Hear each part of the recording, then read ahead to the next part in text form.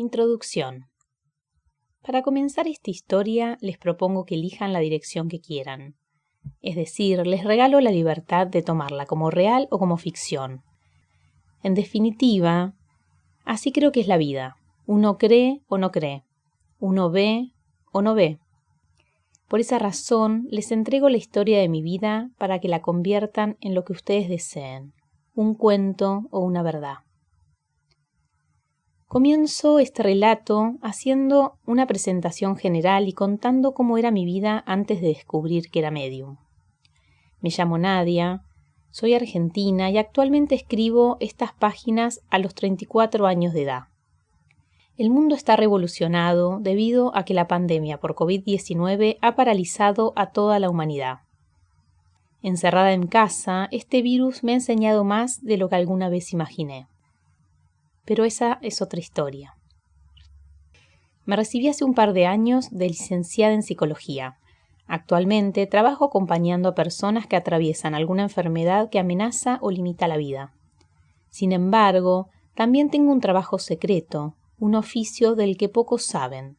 Soy medium. A diferencia de mi profesión universitaria, este oficio no se basa en una ciencia sólida ni mucho menos. Principalmente se sostiene de reiteradas pruebas, prácticas y aprendizajes que me han acompañado en los últimos años. Respecto a mi pasado, considero que he tenido una vida dentro de los parámetros normales. Fui criada en una familia de clase media, tuve la suerte de estudiar y trabajar de lo que me gusta, me casé, tuve hijos. Siempre me sentí afortunada y agradecida por todas las experiencias que me ha regalado la vida. Me defino como una persona espiritual, me crié bajo las enseñanzas cristianas, aunque mi padre y mi hermana son ateos. Si bien mi colegio era de enseñanza laica, tenía cierta orientación católica. Es decir, que ningún alumno estaba obligado a tomar la comunión ni la confirmación, pero sí lo hice cuando llegó el momento. Luego de terminar el colegio secundario, me anoté en la universidad. En esa etapa tuve acceso a textos más profundos, así como a debates más existenciales y filosóficos. Nada de eso me impactó demasiado hasta mi último año de cursada en la facultad. En ese año me encontraba haciendo una pasantía de investigación en un hospital de renombre en la ciudad de Buenos Aires. Debido a que ese espacio de formación se superponía con los horarios de la facultad, tuve que reacomodar una de las materias para cursarla por la noche. A la hora de elegir, recuerdo haber tenido algunas opciones disponibles, sin embargo, había una materia que llamó mi atención: cuidados paliativos. Algo intuitivo me hizo elegirla, aún sin saber que eso marcaría una flecha imborrable en mi futuro. Capítulo 1. Cuidados paliativos y residencia en salud mental. La Organización Mundial de la Salud define los cuidados paliativos como un modelo de atención que intenta mejorar la calidad de vida de pacientes y familias que se enfrentan a problemas asociados con enfermedades que amenazan o limitan la vida. Este modelo enfatiza la prevención y el alivio de sufrimiento por medio de la identificación temprana, evaluación y tratamiento del dolor y otros problemas físicos, psicológicos, sociales y espirituales. Al iniciar la cursada, las temáticas me atraparon completamente. Dilemas éticos, adecuación del esfuerzo terapéutico, duelo, evaluación y control de síntomas, trabajo interdisciplinario, entre otros.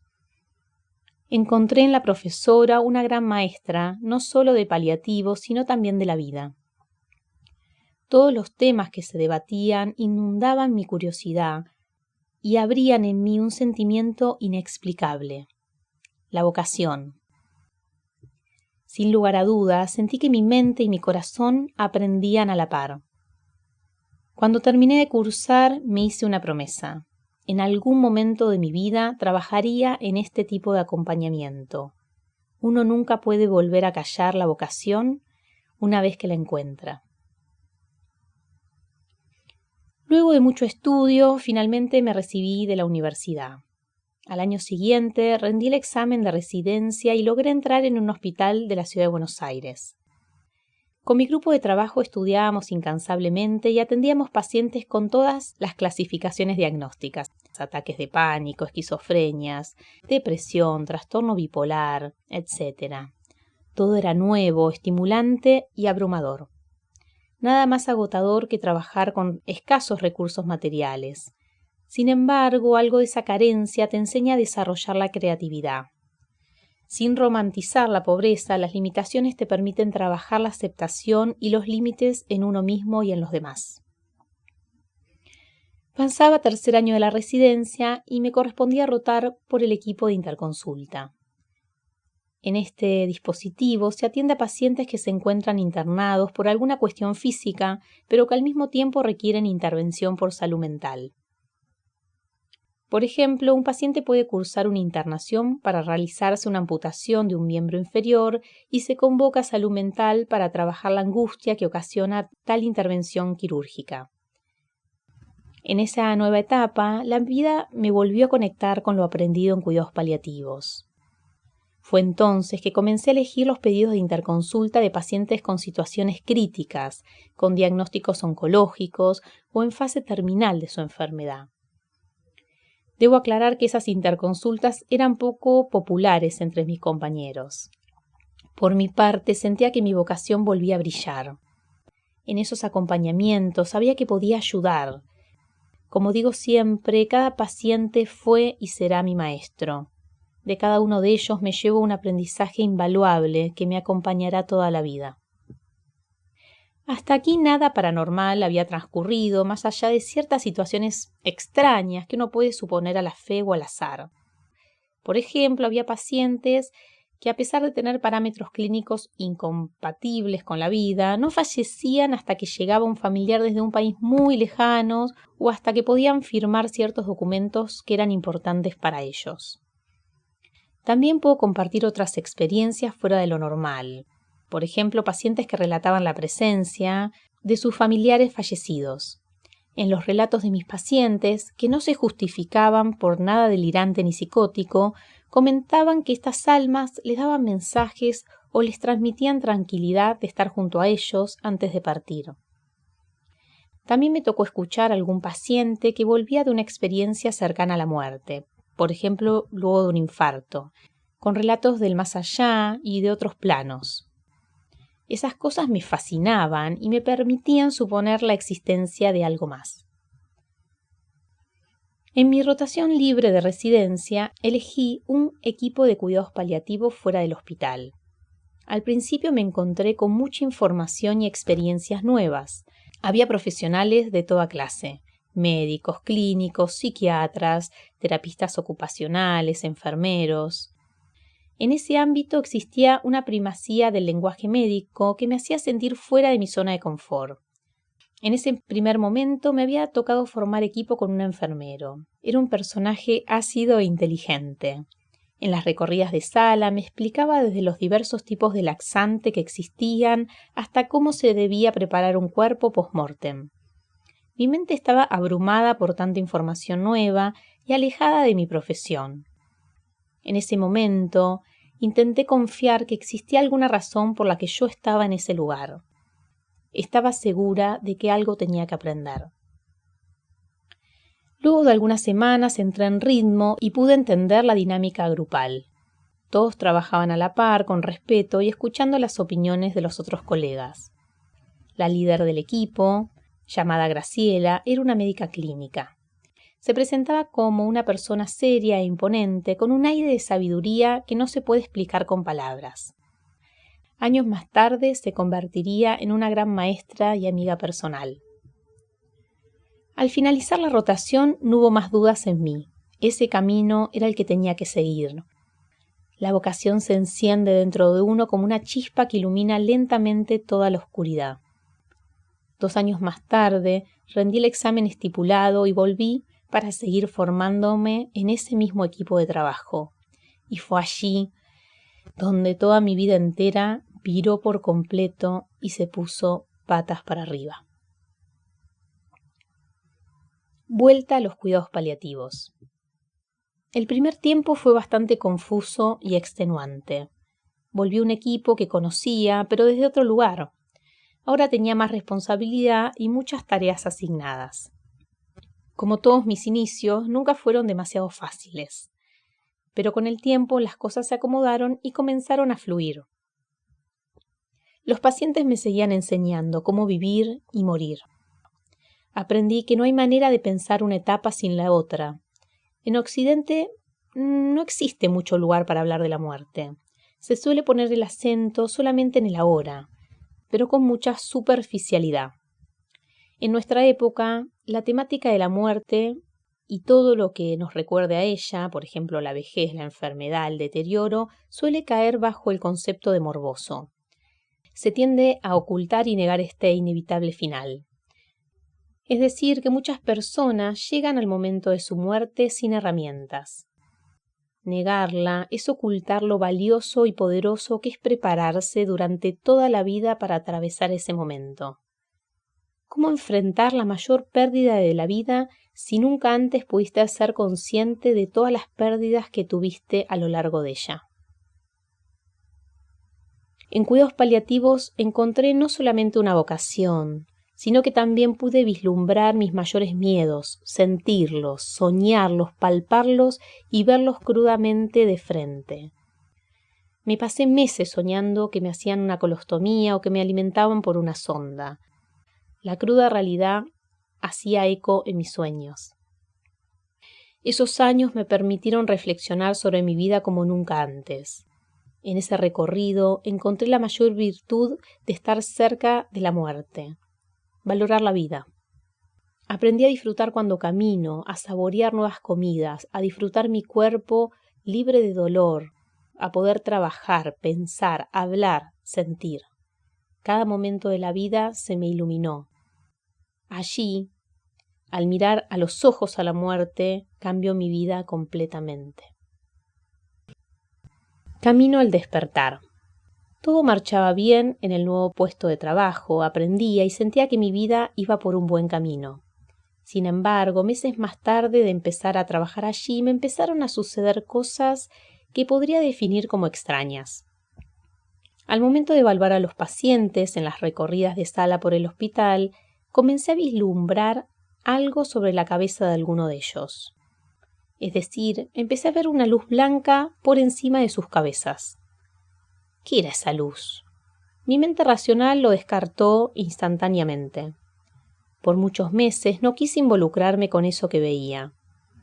Sin embargo, a medida que pasó el tiempo, empecé a encontrar cierta asociación entre esa luz y el pronóstico de vida del paciente. Cabe aclarar que no es nada sencillo poder predecir la muerte de un ser humano. Si bien existen parámetros clínicos, nunca son lineales. Sin embargo, advertí que cuando veía esa luz, el paciente moría dentro de las 48 a 72 horas. Tomando este dato bastante a la ligera, empecé a usarlo dentro de mi equipo de trabajo. En las reuniones que se realizaban por la mañana, comencé a plantear la posibilidad de que aquel paciente secretamente luminoso pudiera morir, sin ahondar en cómo llegaba a esa conclusión. Para mi sorpresa, comencé a acertar una y otra vez. Lentamente gané la fama de adivinadora dentro de mi equipo. Tomándolo con cierto humor, mis colegas eran los que me pedían ir a ver a sus pacientes para ver qué opinaba sobre sus evoluciones y pronósticos. Si bien sabía que era muy halagador tener esa fama, también sabía que la información la sacaba de ver una luz encima de un paciente. ¿Qué hacía con eso? ¿Me estaba volviendo loca? ¿Estaba sugestionada? ¿Tenía algún problema en la vista? Quizá solo es azar, me decía a mí misma para tranquilizarme. Pasó aproximadamente un año de empezar a ver esas luces. Un día, como cualquier otro, llegué a casa luego del trabajo. En mi cabeza tenía un pensamiento que se repetía una y otra vez. Investigá sobre el tercer ojo. Llena de dudas me senté frente a la computadora y busqué qué significaba ese término. Recuerdo que aparecieron varias páginas que hablaban respecto a temáticas del despertar espiritual y a la habilidad de ver el aura.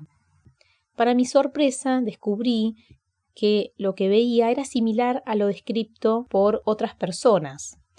Jugando un poco con esa nueva información, encontré en alguna página de internet un ejercicio para activar la intuición y mejorar la capacidad de ver el aura. Decidí hacerlo para ver qué pasaba. Al día siguiente descubrí que ese pequeño ejercicio había incrementado aún más mi sensibilidad. Con el correr de los días las cosas empeoraron. Supongo que al poner esta habilidad en práctica se comenzó a potenciar. De a poco empecé a recibir cierta información, no sé cómo explicarlo de otra manera, sobre el tiempo de vida que le quedaba a los pacientes. Es decir, cuando iba a ver un paciente y veía esa luz, sentía cuántos días de vida le quedaban. Para sumarle a mi asombro, comencé a acertarle nuevamente. Ok, esto se está poniendo cada vez más bizarro y ya no me gusta, pensaba. Me sentía sola, perdida y asombrada. Si bien parte de mi equipo era sumamente espiritual, yo misma no podía creerlo. Mirá si me va a pasar a mí de ver el aura, pensaba y reía por dentro. Pero como el universo es perseverante, me dio más pruebas. Uno a uno seguía acertando las fechas exactas del fallecimiento de mis pacientes, pero muy dentro de mí estaba segura que esa información no me pertenecía. ¿Cómo sabía que esas fechas no las obtenía debido a mi talento profesional? Existían dos razones sencillas. La primera, la gran mayoría de las veces, no creía que el paciente fuera a morir en ese lapso de tiempo. Es decir, no se objetivaban síntomas agudos ni tenía la presentación que uno espera al final de la vida. Sin embargo, algo irrumpía, un infarto, una trombosis, algo que producía una muerte poco probable dentro del contexto general. La segunda, sabía que no era tan inteligente ni tenía tanta práctica clínica para acertar siempre. Entonces empecé a preguntarme de dónde venía esa información. Sabía que no era mía. Estaba convencida que no era una mera casualidad, era estadísticamente improbable que acertara siempre. Por otra parte, ¿qué era esa luz? ¿Cómo podía saber la fecha exacta del fallecimiento de una persona? 1000 preguntas rondaban por mi cabeza. Obviamente empecé a buscar más información, leí más textos sobre el aura, las canalizaciones, la mediumnidad. Era toda una locura. Podía llegar a creer en algo de estas temáticas, pero no podía creer que me pasaran a mí. Seguí callando y leyendo algunas cosas en secreto. Me daba vergüenza compartirlo con mi pareja, mis amigos o compañeros de trabajo. Los que me conocen saben que en otro momento de mi vida jamás creería en estas cosas. Si bien era una persona espiritual, nunca fui una persona supersticiosa ni esotérica. Soy psicóloga, me baso en la ciencia, punto, me decía una y otra vez. Sin embargo, estas cosas seguían pasando.